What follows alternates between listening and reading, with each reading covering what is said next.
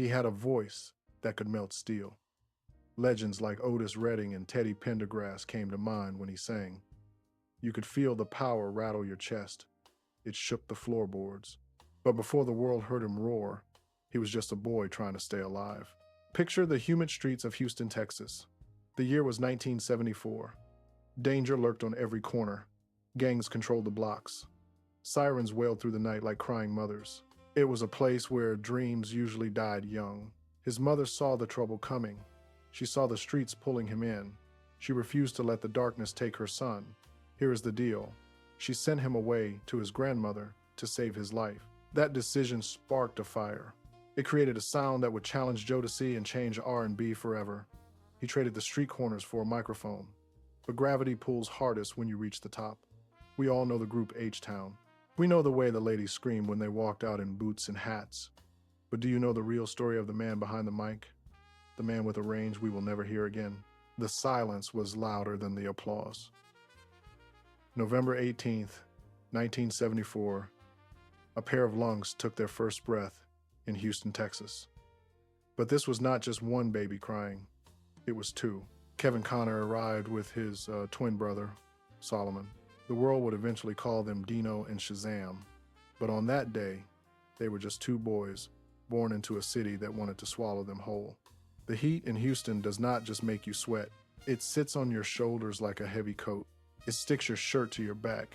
In the 70s and 80s, the air was thick with humidity, but the atmosphere was heavy for another reason. Poverty covered the neighborhood like a fog. They grew up on the hard side of town. The houses were small. The paint peeled off the wood in long, dry strips. The porches sagged under the weight of too many stories. It was a place where people worked hard just to stay in the same spot. Money was tight. Food was sometimes scarce. But the danger was always free. Picture the street corner at dusk. The sun dips below the horizon. The street lights flicker on, buzzing like angry flies. This was the signal. The shadows grew long, and the predators came out to hunt. Gangs claimed the blocks.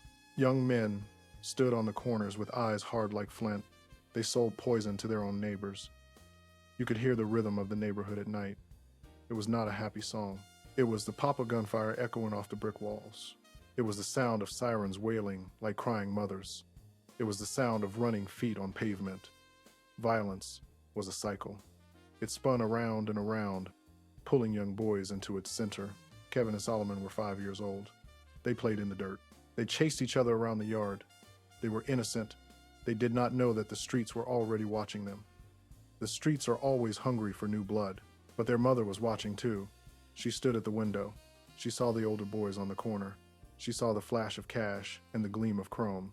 She saw the way her sons looked at them with curiosity. A mother knows when the tide is turning. She saw the attitude creeping into their walk. She heard the slang creeping into their talk. She knew how this story ends. She had seen it happen to the neighbors' kids. One day, they are playing tag. The next day, they are holding a weapon. The next day, they are gone. She refused to let the darkness take her sons. She made a choice that broke her heart to save their lives. But here's the deal. She did not just ground them. She did not just yell at them. She removed them from the equation entirely. She packed their bags. She folded their small shirts. She kissed their foreheads. She sent them away to live with their grandmother. It was an escape plan. The grandmother's house was different. It was a fortress of discipline. The chaos of the streets could not cross the threshold. There were rules here. There was order. And most importantly, there was music. Music became their new atmosphere. It replaced the sound of sirens. It replaced the pop of gunfire. Kevin and Solomon did not just listen to the radio. They studied it. They treated every song like a textbook. Music was not just a hobby for them. It was food. It was water. It was the air they breathed. They sat on the floor and listened to the giants. They heard Michael Jackson. They did not just hear the beat. They felt the precision. They closed their eyes and saw him moonwalk across the stage. They studied his breathing. They studied how he made a hiccup sound like a drum. They listened to Prince. They heard the confidence. They heard the way he could scream and whisper in the same breath. They learned that a man could be pretty and tough at the same time. They listened to Marvin Gaye. This was the most important lesson. They heard the pain in his voice. They heard the struggle. Marvin did not just sing notes, he sang his soul. He sang about what was going on in the streets. Kevin felt that pain. He knew that pain. They listened to Stevie Wonder. They heard the pure joy. They heard the complex melodies that twisted and turned like a river. The twins soaked it all up. They were sponges. They did not have fancy equipment. They did not have a recording studio with soundproof walls. They had a mirror. They stood side by side, looking at their own reflections. They opened their mouths and let it out. At first, it was just practice. They mimicked the stars. But then, something shifted. The imitation stopped. Their own sound began to emerge. Kevin opened his mouth, and something ancient came out. It was a voice that sounded like it had lived 1,000 years. It was rough, like the pavement he left behind, but smooth, like the velvet he wanted to wear. It was powerful. It rattled the windows of his grandmother's house. The rejection came early. Of course, people see two little boys, and they expect a little sound. They expect a nursery rhyme. They do not expect a storm. But the boys kept singing. They sang to the walls. They sang to the furniture. They sang until their throats burned and their chests heaved. They were forging a weapon. They were turning their pain into power. The move to their grandmother's house was supposed to just keep them alive. It was supposed to keep them away from the gangs. It was supposed to keep them out of jail. It did more than that. It created a pressure cooker. The isolation, the discipline, and the burning desire to be heard mixed together. It brewed a sound that was raw and uncut. The streets of Houston thought they had lost 2 victims. The gangs thought Kevin and Solomon had disappeared, but they were just in the lab. They were just waiting. They were building the strength to scream so loud that the whole world would have to listen. But gravity pulls hardest when you defy it. The talent was undeniable. The voice was a gift from God. But the hunger came from a place of starvation. They wanted the fame. They wanted the love. They wanted to prove that they were more than just kids from the north side of Houston. They were ready to conquer the world. But they did not know that the world hits back. They did not know that the same passion that fueled their voice would eventually burn the candle at both ends. The silence of their early years was about to break, and the noise they would make would shatter everything. The practice was over. The mirror in the grandmother's house could no longer hold them. Kevin, Solomon, and their friend Daryl Jackson were ready. They formed a group. They called themselves H-Town to honor the city that made them. But talent needs a stage. And in the early 90s, the stage was looking for something new. They packed their bags again. But this time, they were not running from danger. They were running toward destiny. They headed to Miami. They wanted to meet a man named Luther Campbell. The world knew him as Luke from the Group 2 live crew. Luke was loud. He was controversial. He was the king of Miami bass. He was not known for slow, romantic love songs. But here is the deal. Luke heard them sing. He heard the harmony. He heard the pain and the power in Kevin's voice. He signed them on the spot to Luke Records. It was an odd pairing, the bad boys of bass meeting the new kings of romance. But it was the spark that lit the fuse. The year was 1993. The radio waves were about to change. H-Town released their debut single. They called it Knockin Da Boots. Picture the summer of '93. You are driving down the street with the windows down. The heat is rising off the pavement. A car pulls up next to you. The bass rattles your rearview mirror. And then you hear that voice. It was smooth. It was pleading. It was raw. Knockin Da Boots was not just a song. It was a earthquake. It shot straight up the charts. It landed at #1 on the Billboard R&B chart. It stayed there for weeks. It crossed over to the pop charts and hit #3. The world had never heard anything quite like it. It was slow like a ballad, but it had the swagger of hip-hop. Kevin, now known to the world as Dino, was the center of the storm. He did not look like the old school soul singers. He did not wear a matching suit. He did not do a synchronized dance step. He wore heavy work boots. He wore sagging jeans.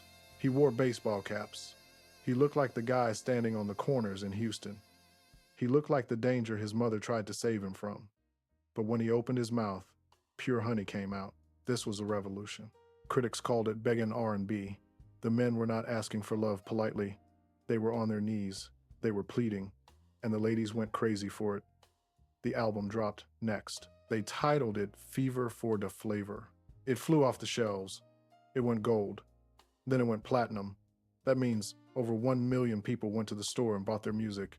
Suddenly, the boys from the rough side of Houston were rich. Gravity pulls hardest when you have heavy pockets. The money poured in fast. They went from sharing a room to buying estates. They bought cars with engines that growled.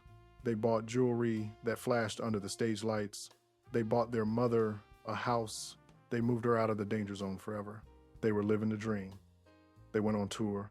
The crowds were massive. Picture a sea of faces screaming your name. Women threw flowers on the stage. Some threw room keys. Dino stood at the front, soaking it all in. He was the heartthrob. He was the voice that made knees weak. People started to compare them to Jodeci. This was the heavyweight fight of the 90s, Jodeci versus H-Town. Both groups had the bad boy image. Both groups had incredible vocals. Both groups sang about love with a rough edge. It was a rivalry that pushed R&B into a new era. Dino was a superstar. He was on the covers of magazines.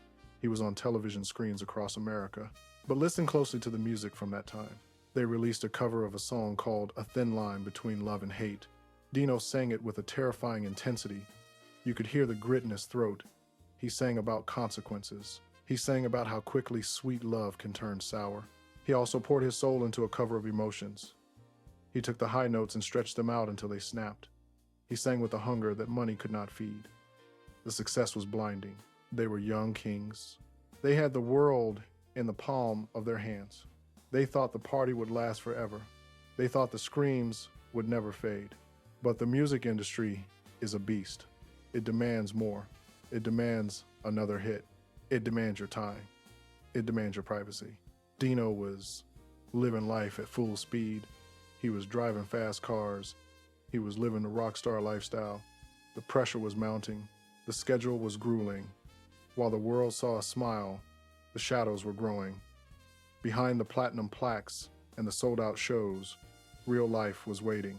The streets they left behind were far away, but the chaos had found a new way in. The peak is a dangerous place to stand. The air is thin up there. It is easy to lose your balance. Dino had conquered the charts. He had conquered poverty. He had proved everyone wrong. But he was about to face a challenge that no amount of money could fix. The applause was deafening, but silence was waiting in the wings. The spotlight is a cruel lover. It warms you up, but then it leaves you cold. By the late 90s, the music business began to shift.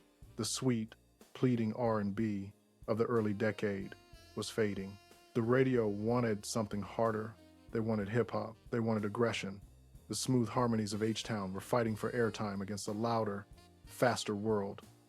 Gravity was starting to pull. The screaming fans were still there, but the crowds were different. The sales slowed down. The record labels played games.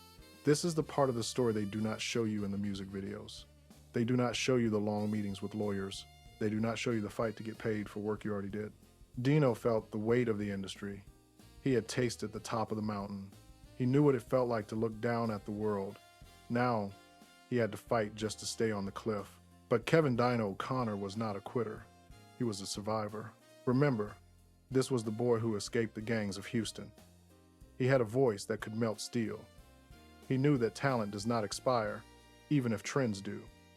He went back to the lab. He focused on the music. He started working on a comeback. He wanted to reclaim the throne.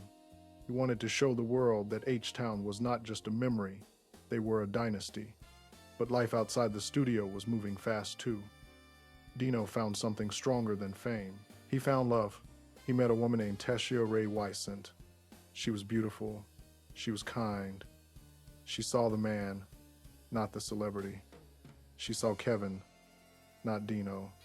They fell in love hard. They made plans. They talked about the future. Here is the deal. Life gave Dino a second chance at happiness. Tessia became pregnant. A new life was growing. A new chapter was about to begin. Dino was preparing to be a father again. He was preparing to be a husband. The wild days of Knockin Da Boots were behind him. He was ready to settle down. He was ready for peace. January 28th, 2003, the day started like any other. The air in Houston was cool and damp. Dino was doing what he did best. He was in the recording studio. He was laying down tracks for the new album. The magic was still there. The voice was still powerful. He finished his session. He felt good. The music was right. The future looked bright. He walked out of the studio with Tesha. They climbed into an SUV. It was a big, strong vehicle. It felt safe. They closed the heavy doors. They shut out the noise of the city. They were in their own little bubble of happiness. They drove through the streets of Houston, the same streets that raised him, the same streets that he sang about. But the streets are unpredictable. Picture the intersection. It was dark. The streetlights painted yellow streaks on the wet pavement. Dino approached a green light. Green means go. Green means safety. But in the blink of an eye, the world turned upside down. A car coming from the other direction ignored the red light. The driver did not stop. He did not slow down. He barreled into the intersection like a missile. Physics does not care about talent. Physics does not care about fame. Physics does not care that you have a pregnant fiancé in the passenger seat. The impact was thunderous. Metal screamed against metal. Glass shattered into a million diamonds. The SUV spun. It flipped. The heavy vehicle rolled over and over on the unforgiving concrete. Then, silence. The wheels stopped spinning. The engine died. The music stopped. Sirens wailed in the distance. It was a sound Dino knew from his childhood. But this time, the sirens were coming for him. Rescuers arrived at the scene. They saw the wreckage. They saw the twisted metal. They worked fast. They pulled Tesha from the vehicle. But it was too late. She was gone. The baby was gone. The future they planned together vanished in a heartbeat. Dino was still fighting. His heart was still beating. Paramedics rushed him to the hospital. The lights flashed against the night sky. The doctors worked on him. They tried to save the voice that had touched millions. They tried to save the father. They tried to save the legend. But the damage was too deep. On the way to the hospital, or perhaps shortly after arriving, Kevin Dean O'Connor took his last breath. He was only 28 years old. The news broke the next morning. It hit the world like a physical blow. Fans woke up to the headline. They could not believe it. How could a voice so full of life be silenced so suddenly? His twin brother, Shazam, felt a pain that no one else could understand. They had shared a womb. They had shared a room. They had shared a stage. Now, one half of the soul was gone. The tragedy was absolute. There was no long sickness to say goodbye. There was no warning. 1 minute, he was a young king planning his comeback. The next minute, he was a memory. The crash site in Houston became a shrine. People left flowers. They left teddy bears. They lit candles that flickered in the wind. They played Knockin Da Boots from their car stereos. But the music sounded different now. When you listened to his voice, you did not just hear the romance anymore. You heard the ghost. You heard the tragedy. You heard the sound of a man who had everything and lost it all to a red light runner in the rain. The music industry paused. The rivalry with Jodeci did not matter anymore. The sales figures did not matter. The lawsuits did not matter. All that mattered was the empty space where a legend used to stand. The fall was not a slow decline. It was a sudden drop off the edge of the world. It was a reminder that tomorrow is promised to no one, not even to the ones with the golden voices. The studio where he recorded his final notes sat empty. The microphone was cold. The lyrics he wrote were left on a piece of paper, waiting for a singer who would never return. Houston had lost its voice. But here is the thing about legends. They die, but they do not disappear. The body was gone, buried in the Texas soil. But the sound was about to take on a life of its own. The silence was loud, but the echo was eternal. The sun rose over Houston on January 29, 2003. But the light looked different. It looked gray. It looked cold. The news spread through the city like a fever. Headlines hit the paper stands. They used black ink on white paper. They said H-Town singer killed in crash. It looked so simple. It looked like just another statistic in a big, violent city. But the ink could not capture the sound of a mother crying. The news reports spoke about chart positions. They listed his hits like Knockin Da Boots. They treated his life like a business transaction. But the reality was much darker. The media called it a tragedy, but for the family, it was an apocalypse. Here is the deal. The world saw a celebrity pass away. They saw a star fade out. But inside the Connor home, a light had been smashed. Shazam, his twin brother, did not just lose a bandmate. He did not just lose a sibling. He lost his reflection. They had shared a womb. They had shared a bedroom. They had shared a microphone. They walked through life side by side. Now, Shazam had to walk alone. Every time he looked in a mirror, he saw the face of the brother he could not save. The hypocrisy of fame showed its ugly face that week. When Dino was alive and fighting to make a comeback, the phone did not ring often. The radio stations were busy playing the new hits. They were busy chasing the next big thing. But the moment he died, the phone would not stop ringing. Suddenly, everyone was his best friend. Radio stations that had ignored his new music put his old songs on repeat. They called it a tribute. But to those who knew him, it felt like guilt. It felt like the industry was trying to say sorry to a man who could no longer hear them. Fans gathered at the crash site. They turned the cold pavement into a garden. Picture the intersection. Broken glass still glittered on the road, but now it was covered in flowers. Teddy bears sat against the light pole. Candles flickered in the wind, fighting to stay lit. People stood on the corner and wept. They played his music from their car stereos. The voice of Dino floated over the traffic. It sounded different now. The sexy pleading of Knockin Da Boots sounded like a prayer. The high notes in emotions sounded like a cry for help. The public focused on the loss of a singer. But the truth was even heavier. The crash did not just take a voice. It took a father. It took a future husband. It took an unborn child. Tesha Ray Wiesent was not famous. She did not have gold records on her wall, but her life mattered just as much. She was the woman who gave Dino peace. She was the one who saw the man behind the sunglasses. The driver of the SUV who ran that red light did not just break traffic laws. He broke a lineage. He stole a generation. The music industry tried to move on. That is what the machine does. It grinds forward. New groups appeared. New singers wore the boots and the hats. They tried to copy the swagger, but you cannot copy a soul. Critics tried to analyze his legacy. They wrote articles about the H-Town sound. They talked about how the group bridged the gap between Jodeci and the hip-hop world. They used big words to explain a simple feeling, but the fans knew the truth. They knew that Dino sang for the underdogs. He sang for the boys who grew up in houses with peeling paint. He sang for the people who had to shout to be heard above the sirens. The funeral was the final concert, but there was no applause. There was only the sound of a community breaking. Gravity had finally won the physical battle. It pulled the metal SUV to the ground. It pulled the casket into the earth. But here is the thing about true power. They buried the man. They buried the body. But the voice refused to stay in the ground. The radio waves carried it up. The memories carried it forward. The media moved to the next story. The cameras turned away. But in Houston, and in headphones all over the world, the echo remained. The man was gone. But the legend was just getting started. The dirt settled on the grave. The news trucks drove away. The cameras went to find the next tragedy. But silence did not win this war. You can bury a man. You can bury a casket. But you cannot bury a sound that changed the world. Turn on the radio today. Listen closely to the R&B stations. When you hear a singer pleading for love, that is the ghost of Dino. When you hear a man not afraid to beg, that is the legacy of H-Town. Here is the truth. Kevin Dino Connor did not just sing songs.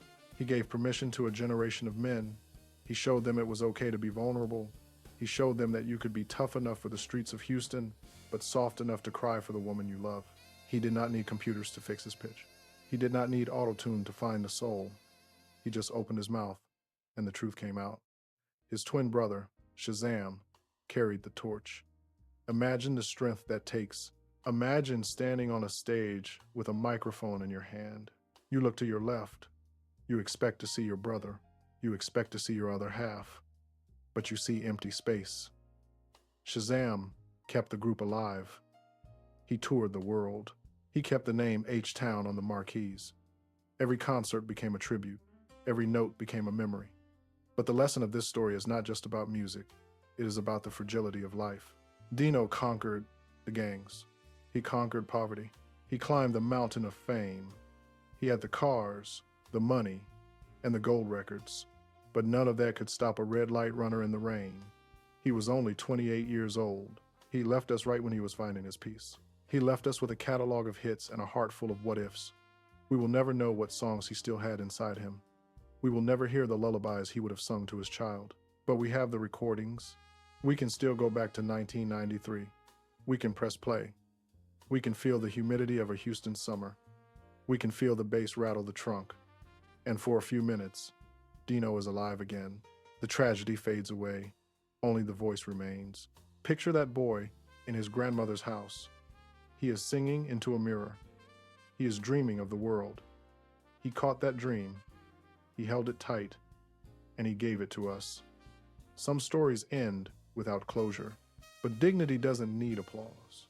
Do you remember where you were when you first heard Knockin Da Boots? Do you remember the first time that voice came through your speakers? Share your memories of Dino and the H-Town era in the comments below. Let's keep the legacy loud.